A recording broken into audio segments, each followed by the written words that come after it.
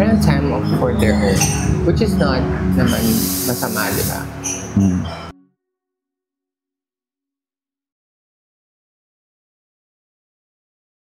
Hello! Thank you! Ano gagawin ko? Sabi mo, videohan kita. Okay na. If you like it, you can put the local rum. Ang galing ng mga Chino, paano nila na napipresent yung buko ng ganito. Ibig sabihin, meron sa equipment na nababalatan siya para mas ano siya, matawag doon, mas friendly kainin, user friendly ba ganun? Kasi sa atin ba sinasabi siya isang buo with the husk? Actually, I think we'd like to grab lunch first. Okay, sure. Which way is the restaurant? The restaurant over That there. right there. Thank you. Flying a drone. Oh, June. Yeah. Let me just ask the permission to do that. So, enjoy your stay, and I will send you the package. Okay, kamukha. Thank you. They also Oh have... my God. Wow. Cute. Ang arte ng pa-flowers nila. Ay, walang presyo. Baka free. Yeah, I think it's free. Is this Nespresso? Duchess? Same. Di yung photo. That's the real. Bullshit. Ay, ang ganda ng sink. Ang laki ng toilet. I love it. Gusto ko ganda sink natin sa bahay. Uy.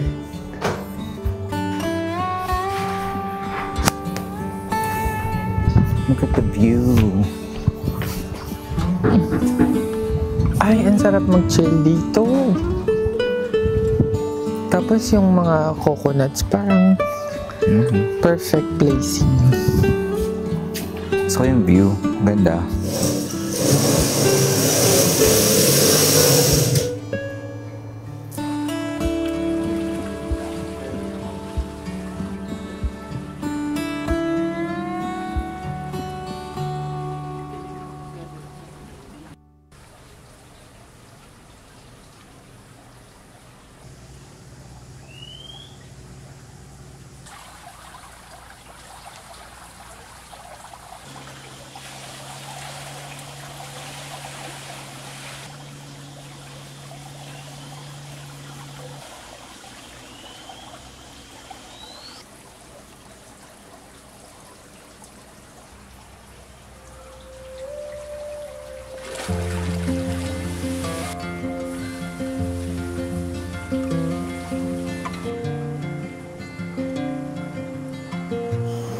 And some mushroom, tomato.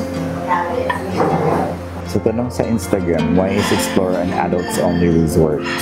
Adults only kasi bawal mga bata and they market for couples. Parang sometimes you just wanna take your time as a couple. Yung mga bata, they give you a sense of family. Pero minsan, kapag gusto mo na mag-relax at saka mag-enjoy, merong actually mga resorts that cater only to couples. Parang to find that sense of calmness and peace. And also, sometimes yung mga couples just wanna go on a romantic holiday without the kids. Parang time for their own. Which is not naman masama, di ba? Yun. Nakukotsis ako, nakaganon yung ano.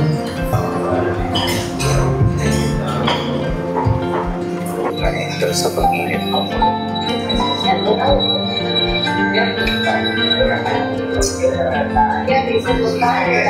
Siguro yun design. Ang dami pala.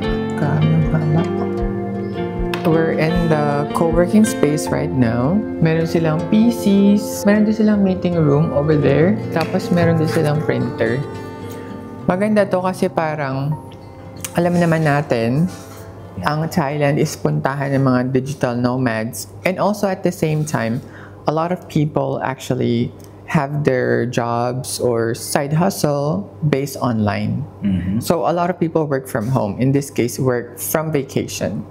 So it's nice that you have this space for all those people, but you can still work peacefully, quietly, and you have all these resources para you can work. Yun. Maganda to. Katulad now, kasi now we're doing subtitles, right? Ikaw you're editing. Sa hotel room, parang you're not in the correct parang environment para mapunta ka sa work mode. Kasi una, isa lang chair doon, diba? Tapos may bed. So pag nakita mo yung bed, parang gusto mo na lang humiga. Tapos may view. Pag nakita mo yung view, gusto mo na lang may view. Pero this type of setup helps for you to be in that work mode para mas mabilis mo matapos. Tapos meron pang printer. Ay, pwede natin i-print na yung bank slip. Ito yung print page, tapos select printer. Ayun.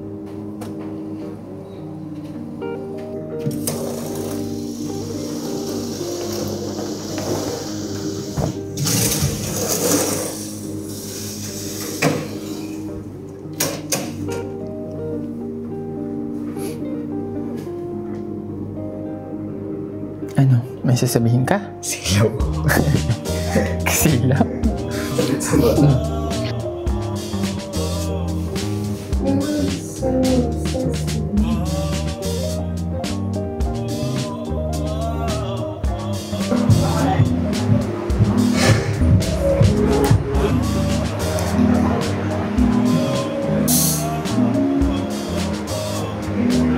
I will get a pulled pork pita and a spaghetti bolognese and one watermelon smoothie. Ang cute ng plates. That looks really good. 1, 2, 3. Ay, 1, 2, 3. Okay. Sobrang sarap. Wow. Ang dami nito, ha.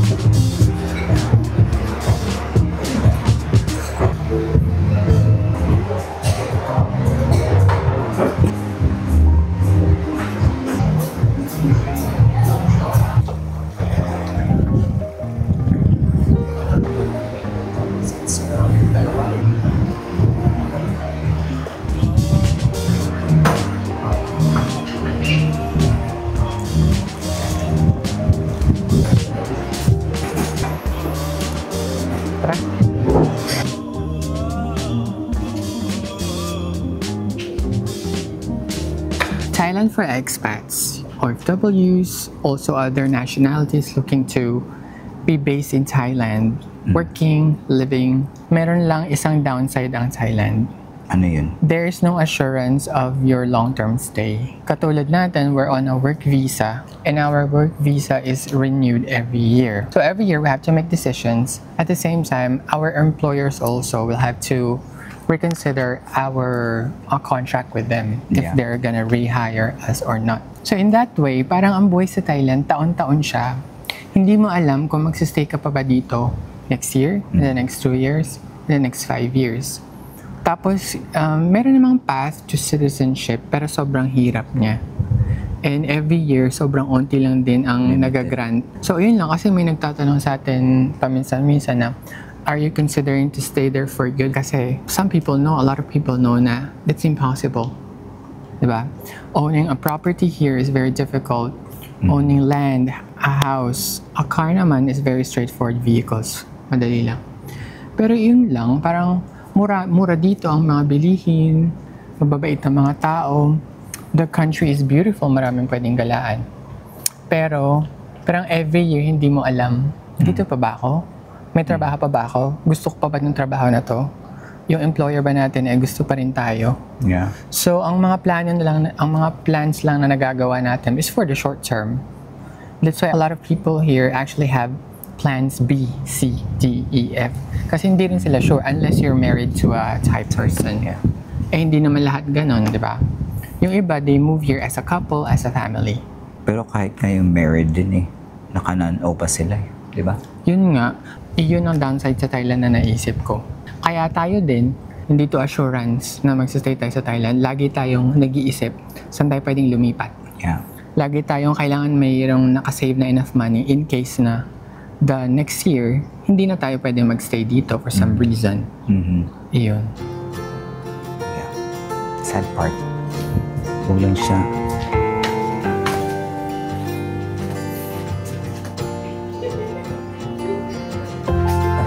The door. Diba ba? Diretso doon. Buksan mo na.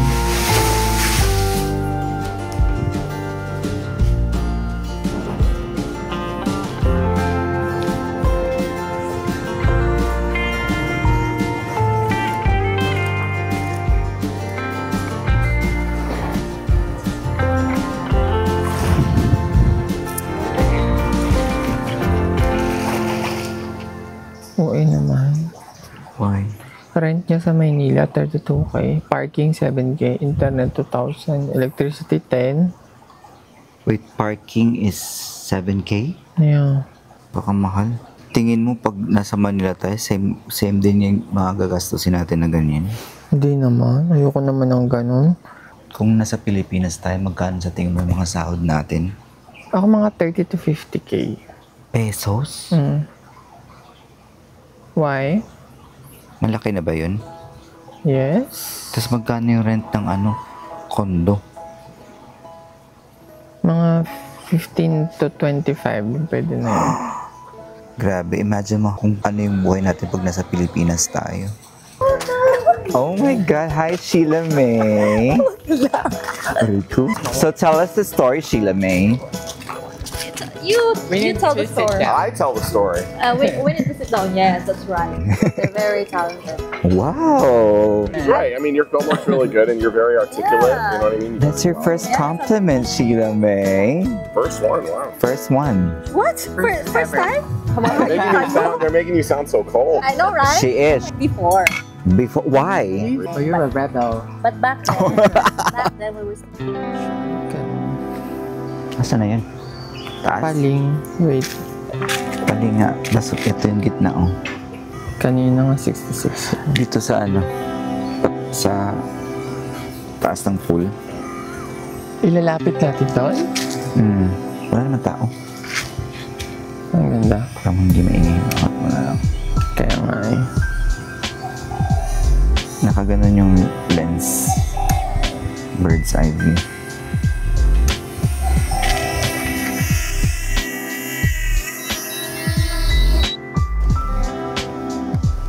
Let's check. That was smooth. Good. Pero maganda tong hotel, no? Yeah. Talaga.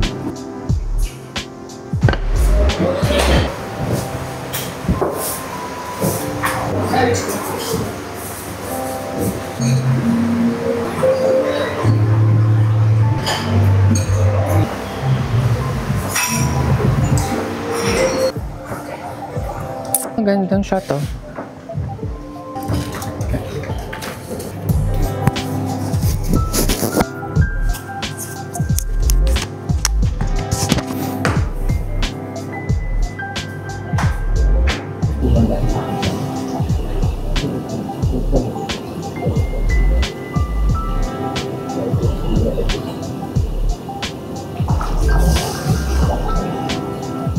Philippines, right? Yeah. Filipino din. Kumusta? Really? Yes! Kumusta? Just connect English ka. I just arrived today, so sabi ko, okay, may Filipino daw. So I don't know, I'm not sure if it's Alam ko chai. same but different. Yes! Tugutan Kami lang magkababayan. Hi! Amazing! Sorry ka. Welcome to Thailand. Hello, Nagkatagpo ang magkababayan, ang mga Tandaganon. Tanda, very nice. Bye! Small world. Nakamit tayo ng isa mong kababayan. I know. Like the same city, which is super Rare. super rare mangyari dahil konti lang tagi sa inyo na nagta-Thailand, no? Pero on the same resort, No? Amazing. sobrang, yun pala yung feeling, no? Yun pala yung, kasi maraming sinasabi na, alam mo yun, nagkakaiwasan minsan. Pero ito, na-feel ko na, ang saya makamit na ibang Pinoy. Yeah. No? Especially pag the same city or Yeah. province. Siguro ikaw din ganun yung reaction mo. Ako din, for sure. Pero ang saya makamit na nandun siya, tapos feel ko na masaya din siya. Yeah. Kasi parang he found his people. Nakangiti lang ako kasi I'm super happy. Yeah, nagulat ako na taga-Tandag siya. Buti na tanong Kasi ko sinabi na. niyang Surigao. Mhm.